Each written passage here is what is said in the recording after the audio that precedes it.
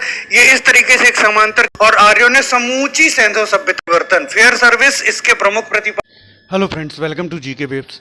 तो फ्रेंड्स, हमारे एक व्यूअर ने हमें एक क्वेश्चन भेजा है कि सर आपने बताया था सिंधु घाटी सभ्यता जब मैं पढ़ा रहा था कि सिंधु घाटी सभ्यता के पतन के कारण, ये मैंने आपको होमवर्क दिया था।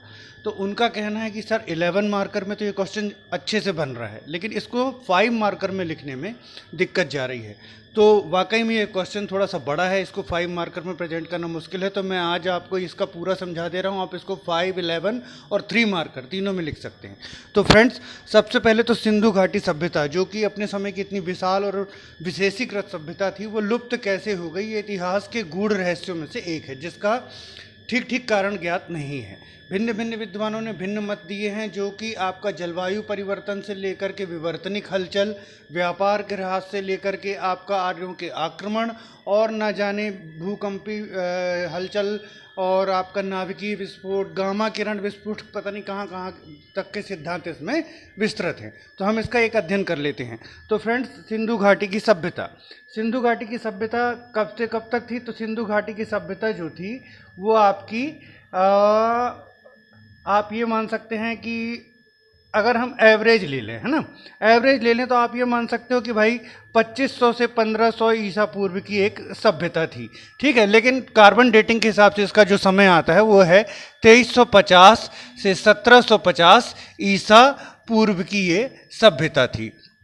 अब सिंधु घाटी की सभ्यता जो 12 लाख आपका कितने 90,000 किलोमीटर में फैली हुई थी, ठीक है ना, आपका बलूचिस्तान से लेकर के कश्मीर में मांडा तक, फिर पूर्वी उत्तर प्रदेश में, पश्चिमी उत्तर प्रदेश में आलमगीरपुर तक और दक्षिण में दैमाबाद तक, ये इस तरीके से एक समांतर चतुर्भुज में आपका पूरी सिंधु घाटी की सभ्यता फैली हुई थी। ठीक है, ये लुप्त कैसे हो गई? तो सबसे पहले हम इसके कारणों को देख लेते हैं कि कारण कौन कौन से हैं। तो जो कारण आते हैं सिंधु घाटी सभ्यता में लुप्त होने के, वो कारण कौन कौन से हैं? तो पहला आपका आ जाता है आर्यों का आक्रमण। आर्यों का आक्रमण ये प्रारंभिक काल में बहुत प्रचलित मत था, आर्यों का आक्रमण। दूसरा आ जाता है बाढ़, ठीक है ना, बाढ़। तीसरा जो आपका आ जाता है वो आ जाता है पारिस्थितिकी परिवर्तन, पारिस्थितिकी परिवर्तन, ओके, पारिस्थितिकी परिवर्तन। चौथा जो आपका आ जाता है वो आ जाता है नदियों के मार्ग में परिवर्तन, नदियों के मार्ग में परिवर्तन। फिर नेक्स्ट आपका आ जाता है भूकंप और विवर्तनिक जो आपकी हैं वो हलचलें, ठीक है ना, विवर्तनिक हलचलें।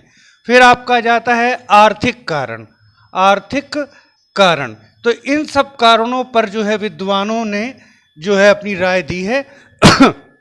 सबसे पहले हम आ जाते हैं कि इन कारणों को समझ लेते हैं। आर्यों का आक्रमण, मार्टिमर व्हीलर और गार्डन चाइल्ड इस मत के प्रमुख प्रतिपादक हैं। उन्होंने ये कहा है कि जब आर्यों के आक्रमण हुए तो उनका सैंधव सभ्यता की जो निवासी हैं उनसे लड़ाई हुई और आर्यों ने समूची सैंधव सभ्यता को नष्ट कर दिया।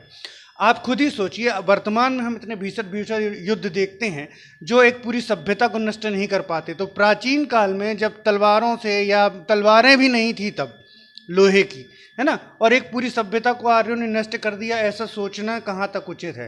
मार्टिमर व्हीलर और गार्डन चाइल्ड का जो मत है मोहनजोदड़ो से प्राप्त 26 और कहीं कहीं 18 मिलेगा नरकंकालों पर आधारित है कि ये नरकंकालों पर चोट के निशान है तो लड़ाई हुई। अगर पूरी सभ्यता को नष्ट किया गया था तो आप समझ सकते हो कितनी बड़ी मात्रा में नरकंकाल मिलने चाहिए थे। अब वो उनका ये कहना है कि इन नदियों में आई बाढ़ में जल प्लावन में बह गए या भूमिगत होकर के दब गए। तो भाई साहब, जब नगर मिल गए तो उसमें बिखरे हुए कंकाल भी तो मिलने चाहिए थे, उस मात्रा में नहीं मिले। तो अब इस मत को इतना समर्थन प्राप्त नहीं है। दूसरा आ जाता है आपका बाढ़, ठीक है ना, बाढ़। नदियों में हम जानते हैं कि मोहनजोदड़ो को मृतकों का टीला कहा जाता है, 7 बार बसा 7 बार उजड़ा। वहाँ पर नदियों में बाढ़ आती थी जिसके कारण ह्रास हुआ होगा सिंधु सभ्यता का, ये हम समझ सकते हैं, ठीक है ना। तीसरा जो कारण आता है पारिस्थितिकी परिवर्तन, फेयर सर्विस इसके प्रमुख प्रतिपादक हैं इस मत के। पारिस्थितिकी परिवर्तन में बहुत सारी चीज़ें आ जाती हैं, जलवायु परिवर्तन और सूखाग्रस्त हो जाना और ये फलाना। आप देखते हैं सैंधव मोहरों में एक श्रृंगी गैंडे का अंकन है, मतलब वो गैंडे से परिचित थे, एक सींग वाले गैंडे से। लेकिन वर्तमान में एक सींग वाला गैंडा कहाँ पाया जाता है? असम के क्षेत्रों में। अब वहाँ पर नहीं मिलता, क्योंकि गेंडा जो है मुख्यतः आंध्र प्रदेश का जो प्राणी है, और इससे ज्ञात होता है कि जब सैंधव सभ्यता थी तो वो एक आर्द्र क्षेत्र था और वहाँ पर गेंडा पाया जाता था। वर्तमान में ये आर्द्र क्षेत्र नहीं है, बारिश यहाँ पर उतनी अधिक नहीं होती, तो जलवायु परिवर्तन हुआ होगा, ये एक कारण उचित प्रतीत होता है। फिर आता है कि नदियों के मार्ग में परिवर्तन। माधव स्वरूप वत्स इस मत के जो है प्रमुख प्रतिपादक हैं। सिंधु नदी का मार्ग परिवर्तन हुआ, घग्गर नदी सूख गई, ऐसा कहा जाता है प्राचीन काल में, लेकिन ये बहुत पुरानी बात है। यमुना भी पश्चिम की ओर प्रवाहित होती थी, बाद में उसने मुड़ करके पूर्व की ओर रुख कर लिया। तो नदियों के मार्ग में परिवर्तन होता था, जिससे कि सभ्यता का ह्रास हुआ। भूकंप और विवर्तनिक हलचलें।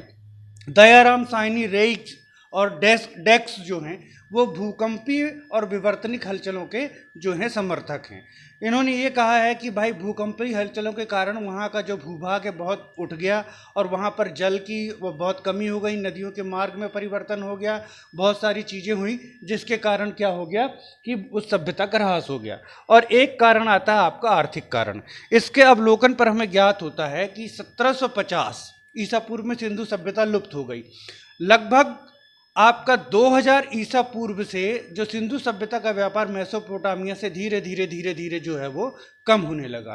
तो आर्थिक कारणों से भी इस सभ्यता का पतन हुआ। इस प्रकार सम्मिलित कारण हैं जिनसे इसका पतन हुआ।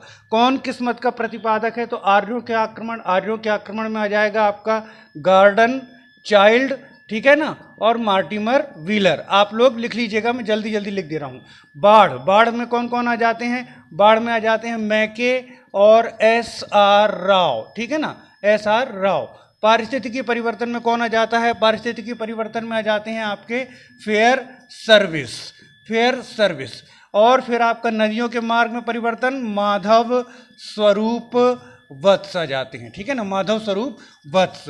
भूकंप और विवर्तनिक हलचलें दयाराम साहनी आ जाएंगे, रेक्स आ जाएंगे, फिर आपके डेक्स आ जाएंगे, ठीक। और आपका आर्थिक कारण। अब इतने बड़े आंसर को हम 6 मार्कर में प्रेजेंट कैसे करें? 5 मार्कर में, सॉरी अब 5 मार्कर होता है, 5 मार्कर में प्रेजेंट कैसे करें? तो बहुत संक्षिप्त लिखना है। जैसे आपने सबसे पहले ये लिख दिया कि विस्तृत भूक्षेत्र में फैली हुई महान सैंधव सभ्यता लुप्त कैसी हो गई, ये इतिहास के गूढ़ रहस्यों में से एक है, ठीक है। तो आपने फर्स्ट लाइन में ये बता दिया गूढ़ रहस्य, ठीक। विस्तृत भूभाग में फैली हुई सिंधु सभ्यता का पतन इतिहास के गूढ़ रहस्यों में से एक है। इस संबंध में विभिन्न मत हैं, ठीक। अब इन मतों को एक लाइन से छोटे छोटे में आपको डिफाइन कर देना है, तो एग्जामिनर को समझ में आ जाएगा कि हाँ आपको मालूम पूरा है। तो आपने बता दिया कि गार्डन चाइल्ड और मार्टिमर व्हीलर जहाँ आर्यों के आक्रमण को प्रमुख कारण मानते हैं, किंतु वर्तमान में यह मत प्रचलित नहीं है। वहीं फेयर सर्विस परिस्थिति जन्य कारकों को जो है प्रमुख कारण मानते हैं। माधव स्वरूप वत्स नदियों के मार्ग में परिवर्तन और साहनी रेक्स और डेक्स भूकंपीय और विवर्तनिक हलचलों को प्रमुख कारण मानते हैं। शॉर्ट में लिख दिया। और इसको मैं अच्छे से बता दूं तो गार्डन चाइल्ड और मार्टिमर व्हीलर आर्यों के आक्रमण को, फेयर सर्विस पारिस्थितिकी परिवर्तन को, माधव स्वरूप वत्स नदियों के मार्ग में परिवर्तन को, और रेक्स डेक्स और दासायनी जो है भूकंपीय और विवर्तनिक हलचलों को इसका प्रमुख कारण मानते हैं। ये होगी आपकी दूसरी से तीसरी लाइन, 4 लाइनें आपकी तैयार हो गई। 10 लाइनें मिलती हैं, 8 से 10 लाइनें। फिर आपने अपना मत दे दिया तो आपका मत भी शामिल हो जाएगा। आपका मत क्या हो गया कि समस्त मतों के अवलोकन से यह ज्ञात होता है कि सैंधव सभ्यता जैसी विशाल सभ्यता किसी एक कारण से लुप्त नहीं हुई होगी, बल्कि इसके लिए अनेक सम्मिलित कारण उत्तरदायी रहे होंगे, जिनमें आपका आर्थिक ह्रास, ठीक है ना, उसके बाद नदियों के मार्ग में परिवर्तन, बार बाढ़ों से नगरों का नाश होना, और आपका आर्थिक अवस्था में कमी आना, परिस्थिति जन्य परिवर्तन, जलवायु परिवर्तन आदि सभी सम्मिलित कारण उत्तरदायी रहे होंगे। ये आपका 5 मार्कर में पूरी बहुत अच्छी तरह से जो है आंसर रिटर्न हो गया। मैं इसका पूरा का पूरा रिटर्न आंसर जो है आपको वो दे दूंगा, आप उसको देख लीजिएगा और अपने हिसाब से उसको और छोटा करना हो तो और छोटा कर लीजिएगा। हालांकि वो सफिशिएंट जो है लिखा हुआ उतने में आप लिख लेंगे। सो फ्रेंड्स, आज मुझे आपको एक क्वेश्चन कराना था, लेकिन आपकी क्वेश्चन ऑन डिमांड ने मुझे ये क्वेश्चन को करवाने के लिए थोड़ा सा करवाना पड़ा। अब जो मेरी नेक्स्ट क्लास है वो बहुत इम्पॉर्टेंट है। जब मैं उसमें आपको एग्जाम में बने 3 मार्कर्स, 5 मार्कर्स और 11 मार्कर्स क्वेश्चन बताऊंगा, तो आप खुद देखेंगे कि उस पोर्शन से कितने ज़्यादा क्वेश्चन बने हुए हैं। वो टॉपिक कौन सा है? वो टॉपिक है हमारा धार्मिक आंदोलन, 6ठी शताब्दी ईसा पूर्व जो धार्मिक आंदोलन चले उसके बारे में है। ठीक है फ्रेंड्स, धार्मिक आंदोलन करने के बाद फिर हम हिस्ट्री को थोड़ा सा छोड़ करके ज्योग्राफी के क्वेश्चंस करेंगे। तो फ्रेंड्स मिलते हैं नेक्स्ट वीडियो में। Till then bye, take care and thanks for watching.